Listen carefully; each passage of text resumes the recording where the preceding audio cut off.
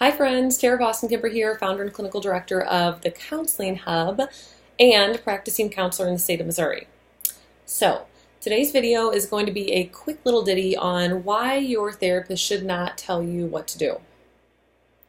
Okay, before you all are like, what the hell, Tara? Why am I going to therapy? Or if you're watching this video and you don't know what I mean by therapist, I mean like a mental health counselor or a shrink or a relationship counselor or something like that. I don't mean a physical therapist. I don't mean an occupational therapist. They need to tell you what to do because you need to do specific exercises. And when I say tell you what to do, I don't mean like with relationships, for example, I'm going to tell you how to engage in dialogue around certain things. I am going to be intentional, but I'm not going to make decisions for you. And your therapist should not be making decisions for you if you are watching this video and you are with a therapist. They should not make life decisions for you. I'm not going to tell you what job you should take. I'm not going to tell you whether or not you should get divorced. I'm not going to tell you what color shoes you need to wear with your outfit. That's it. I'm not going to. Here are the reasons why your therapist/counselor should not make decisions for you. So, number one, it is your life. That means that it's yours to live. I'm going to touch back on these. I'm going to list them first. Number two, anytime somebody makes decisions for you, that takes away your responsibility. Number three, you know yourself best. I mean, that's really the bottom line. So as much as we like to think of, I don't know, maybe our counselor or therapist as, I think sometimes we tend to idealize them, right? They're human, they're flawed, and they also are not inside your head. So let's touch back on these real quick, Number one, it's your life. So this kind of ties in with the second point, which is the whole thing about responsibility. I love you, but I have my own life to live. Isn't that like this is soap opera, right? One life to live, that's what it is. Okay, that's a side note. But it's your life. I mean, it literally is your life to live, and it's not mine. So again, this ties in with point number two, which is the whole thing about responsibility. When I make a decision for somebody, I am thus responsible for that decision and also their life in some cases. So if a client comes to me and says, Tara, should I take this position? I mean, I can talk to you.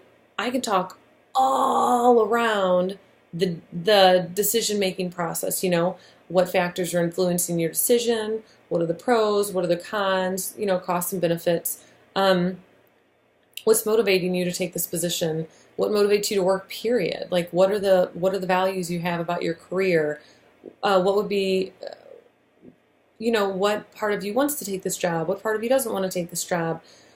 We can talk all around it, but ultimately that decision is not mine to make. And again, if I make that decision and say, fuck yeah, you need to take that job, like that sounds amazing. What if this person comes back in a month and they're totally dissatisfied and they say to me, if I would have thought more about it, I wouldn't have taken it because I have to work weekends and I need my weekends off to be with my family. Wow, like I might be thinking it's more money, take the job. And this person, my client, is thinking my time with my family is way more important. So again, that ties in with it's your life. So that means your values are the most important piece, not mine. And if I made that decision, then I'm the one responsible. Your therapist should not be responsible for your life. As comfy as that might feel to some people, and it does feel comfortable, it feels like, yeah, I want some sort of structure that you create for me and then I just live according to that. No, that's not what your therapist is here for. Okay, and then the third piece again is basically that you know yourself best. I mean, the reality is that I can talk to you until we are both blue in the face about your values and feelings and logic and pros and cons and the position and the location and the market, and I can't really talk about the market, but maybe a little bit, right?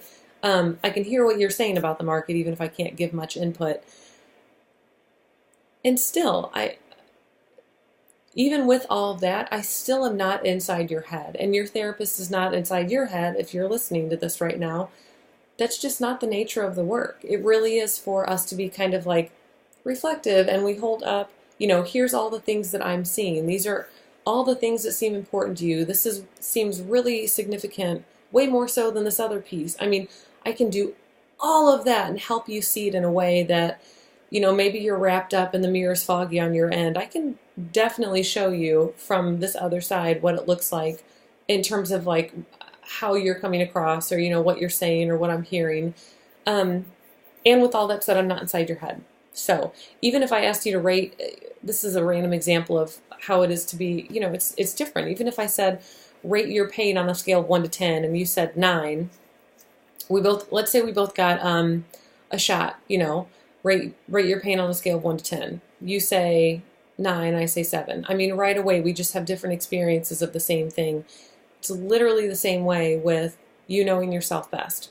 So all of our thresholds and experiences in the world are going to be different because we're different people, and that's just the nature of existing, and that's okay. It's kind of awesome, actually, if we think about it. So that's it. Again, this is why your therapist should not make decisions for you. Number 1, it's your life. Number 2, the responsibility would fall on your therapist's shoulders rather than on your own. And if anything, I'm about empowering you to make your own decisions rather than have people make them for you. Also keeping in mind like cultural context. So, if that's a whole different video. Number 3, you know yourself best. Even if your therapist loves you and knows you super well, you are still the person who really knows yourself best. So, ta-da, that's all for today. Have a fantastic day, and I will, obviously, if you have questions, shoot me an email, leave a comment, subscribe, whatever you want to do. You can reach me directly, Tara at T-A-R-A, that's how you spell my name, at thecounselinghub.com. So, that aside, have a great day. I will talk to you later. Bye.